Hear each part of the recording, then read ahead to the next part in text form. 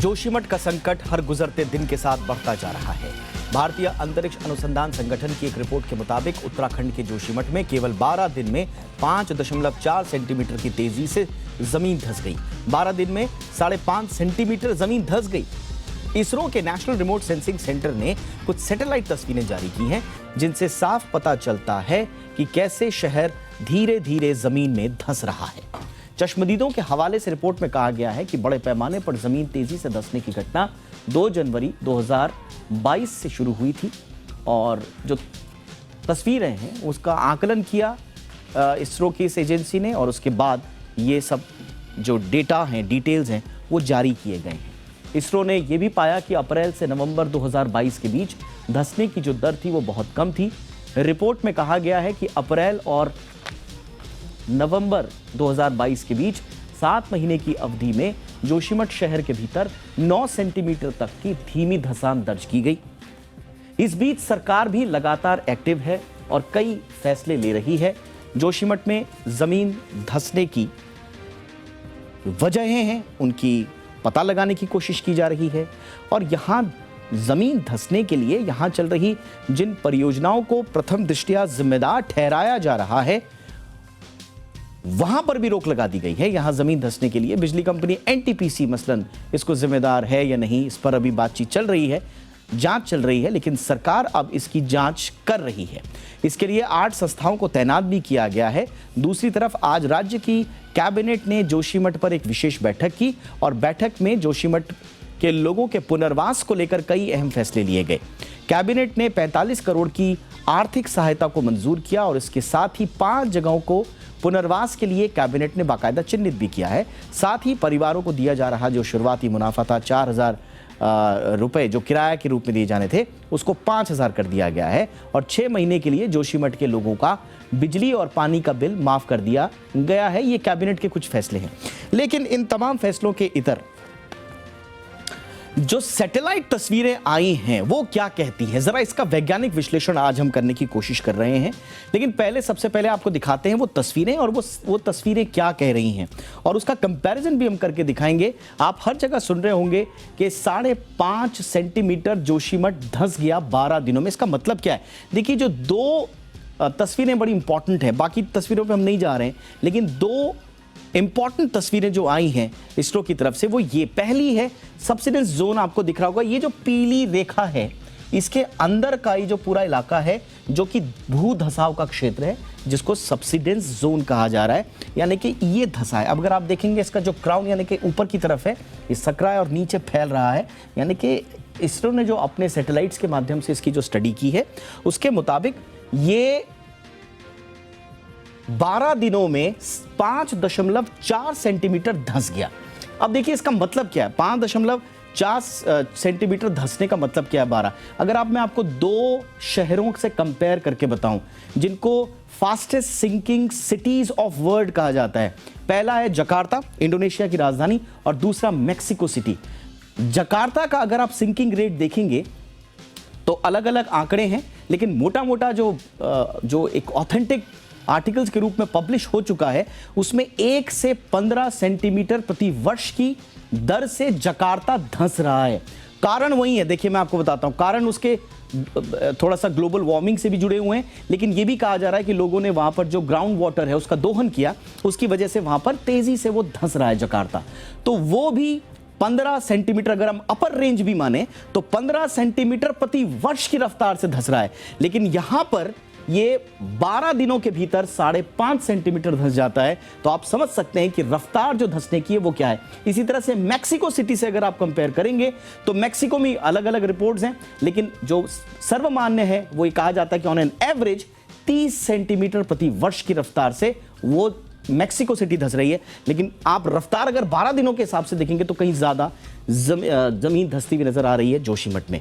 ये तो है जो फास्ट हमने 12 दिनों का दिया है आंकड़ा इसरो ने। अब जरा दूसरी तस्वीर दिखाते हैं आपको, और ये 7 महीने का पीरियड है। ये आप देखेंगे, ये अगेन ये जो सब्सिडेंस जोन है पीले, उसमें इसमें भी आप देखेंगे कि क्राउन और नीचे का अगर आप देखेंगे तो अंदाजा लगा सकते हैं कि किस रूप में धंस रहा है।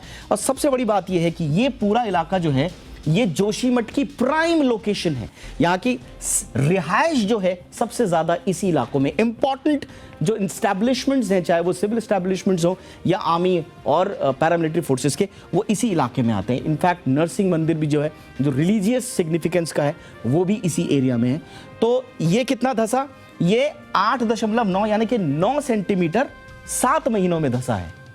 यहां पर भी आप रफ्तार देखेंगे तो ये नजर आती है प्रथम दृष्टया मैक्सिको और जो आपकी जकार्ता है उस सिटी से भी ज्यादा फिलहाल नजर आती है। तो कुल मिला के हम पेस अगर देखें तो बहुत बड़े संकट में इस वक्त जोशीमठ खड़ा हुआ है। थोड़ा और इसका विश्लेषण करते हैं। हमारे साथ बहुत ही खास मेहमान इस वक्त जुड़ चुके हैं जिन्होंने हमारे लिए वक्त निकाला है। डॉक्टर यशपाल सुंद्रियाल सर हमारे साथ जुड़ चुके हैं, जाने माने भूगर्भ शास्त्री हैं। सुंद्रियाल सर, गुड इवनिंग, बहुत बहुत स्वागत है सर आपका। थैंक यू, आपने जी बिजनेस के दर्शकों के लिए वक्त निकाला। सर, ये जो तस्वीरें हैं ये क्या कहती हैं? और कारण कुछ इसमें स्पष्ट नहीं किया गया है, लेकिन मोटा मोटा कहा जा रहा है कि शायद अंडरग्राउंड मटेरियल मूवमेंट का जिक्र है। कुछ हम इस वक्त कह पाने की स्थिति में हैं कि धसाव की असल वजह क्या है सर?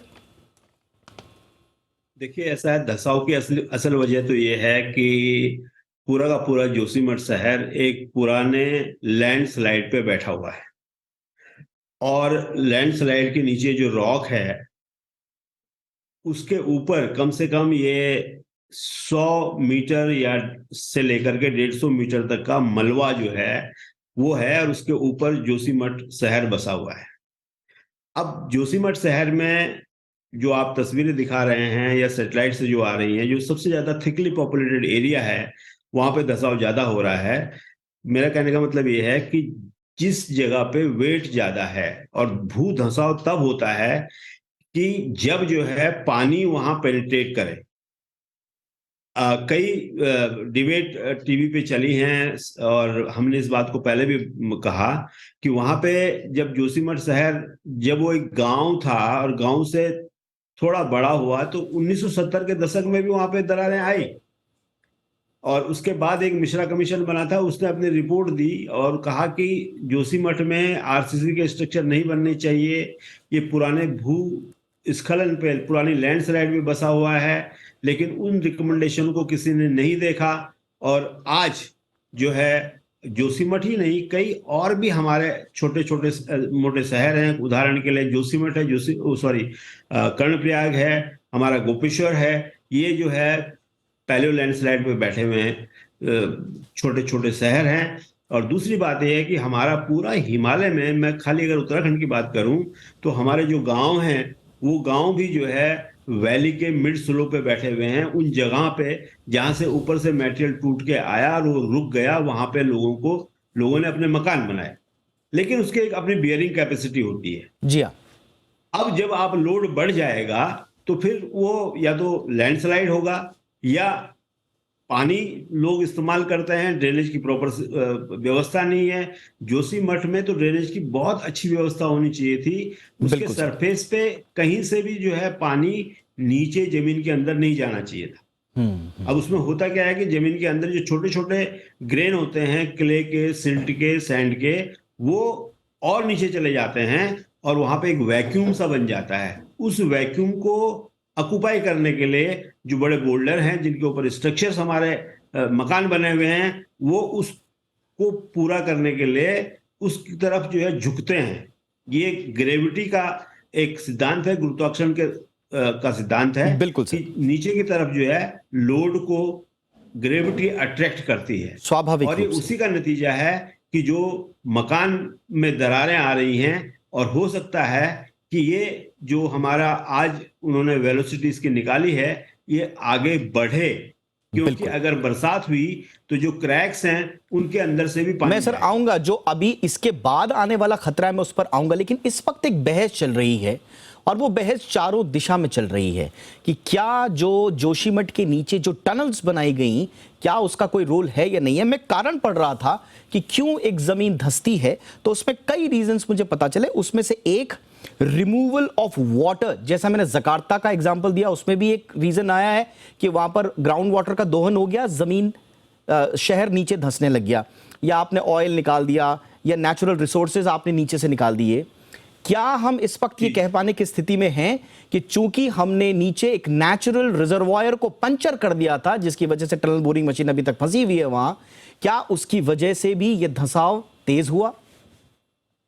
देखिए, ऐसा है कि पहाड़ में हमारे पास ग्राउंड वाटर वैसा नहीं होता जैसे कि हमारे पास देहरादून में है या ऋषिकेश में है। ऐसा पहाड़ में ग्राउंड वाटर नहीं होता है, लेकिन ये जरूर होता है कि जो जोशीमठ की जो चट्टानें, जो रॉक्स हैं, उनमें भी वो भी जो है ग्राउंड वाटर को बेयर नहीं कर सकती। लेकिन एक कंडीशन होती है कि उन रॉक्स में अगर कोई फ्रैक्चर और क्रैक हैं तो उन फ्रैक्चर और क्रैक्स के डेवलप होने के कारण पानी उसके अंदर घुस जाता है। और वो अगर कहीं पंक्चर हो गया, डायनामाइट से डिस्टर्ब हो गया या मशीन से पंक्चर हो गया, तो वो पानी जो है आ सकता है, जिसको कि आप ग्राउंड वाटर के रूप में कह सकते हैं। लेकिन एज इट इज जो हमारा ग्राउंड वाटर जैसे प्लेन्स के एरिया में होता है, ऐसा ग्राउंड वाटर हिल में नहीं होता है। हमारे पास नेचुरल स्प्रिंग्स हैं, वो नेचुरल स्प्रिंग्स का पानी जो है वो नीचे जा सकता है। तीसरी बात ये होती है कि कुछ जो हमारे सरफेस के ऊपर के झरने थे जो या स्प्रिंग्स थे, वो अर्थक्वेक के कारण या डिस्टरबेंस के कारण अंडरग्राउंड हो सकते हैं और वो पानी अंदर जा रहा हो। क्योंकि इसकी जब तक पूरा अध्ययन नहीं किया जाता तब तक इसके बारे में जो है हम कुछ भी नहीं कह सकते कि ये पानी कौन सा पानी है। ये भी हो सकता है कि कोई जो सरफेसियल सोर्स था वो अंडरग्राउंड हो गया हो, और ये भी संभावना है कि अगर वास्तव में जो है जो एनटीपीसी है उन्होंने अगर डायनामाइट यूज किया हो तो उससे जो जर्किंग, जो लोकल सेकिंग, लोकल अर्थक्वेक जो पैदा हुए होंगे, उसके कारण जो है कोई सोर्स पानी का अंडरग्राउंड हो गया होगा और उससे पानी जो है नीचे भर रहा है। Absolutely sir. अच्छा, अब जो हमारे पास सर जो इसरो की जो पिक्चर्स हैं, उसके बाद जो मैंने डेटा अपना अध्ययन किया हमारी टीम ने, और जैसा मैंने जकार्ता और मेक्सिको से भी कंपेयर किया, इस वक्त हम इन डेटा के आधार पर ये कह सकते हैं कि जोशीमठ इस वक्त fastest sinking city of the world है। तो क्या अगर हमने कुछ नहीं किया अभी, क्या हम इस रफ्तार को और बढ़ता हुआ देखेंगे सर? खतरा बड़ा होता जाएगा?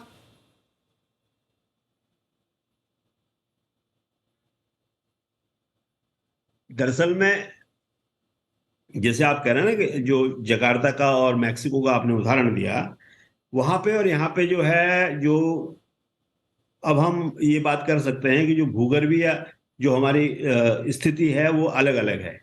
हिमालय जो है वो, उसमें जैसे मैंने आपसे कहा कि ऐसा ग्राउंड वाटर नहीं है, लेकिन हिमालय में हमारे पास नेचुरल स्प्रिंग्स हैं। नहीं, बिल्कुल सर। सर वहां पर तो हम सीधा सीधा कह सकते हैं कि चलिए ग्लोबल वार्मिंग का वहां पर असर है, क्योंकि जकार्ता जितना सिंक हो रहा है उतना वहां पर सी लेवल भी बढ़ रहा है, वो हम कह सकते हैं। यहाँ तो ग्लोबल वार्मिंग के तो अपरोक्ष रीजन है, लेकिन मैनमेड तो सीधा सीधा नजर सामने आ रहा है कि हमने खुद अपने हाथों से ऐसी स्थितियां पैदा कर दी। तो क्या हमारे लिए खतरा बड़ा होता जा रहा है सर? ये एंथ्रोपोजेनिक हमारा जो जोशीमठ की समस्या है, और जिस कैलेमिटी से इस समय पूरा उत्तराखंड जो है वो जूझ रहा है जोशीमठ की समस्याओं से, उसका एकमात्र कारण ही जो है एंथ्रोपोजेनिक एक्टिविटी, मानवीय जो गलतियां हैं वो है। बिल्कुल बिल्कुल सर, बिल्कुल। बहुत बहुत शुक्रिया सर, आपको जाना भी है, आपने हमारे लिए ये वक्त निकाला, हमारे दर्शकों के लिए थैंक यू सो मच। हाँ जी, हाँ जी, बातें तो आपसे बहुत करनी थी सर, अच्छा लग रहा था, लेकिन आपके दूसरे कमिटमेंट्स भी हैं, हम आपको ज्यादा डिस्टर्ब नहीं करेंगे। Thank you so much sir इस विश्लेषण के लिए आपका।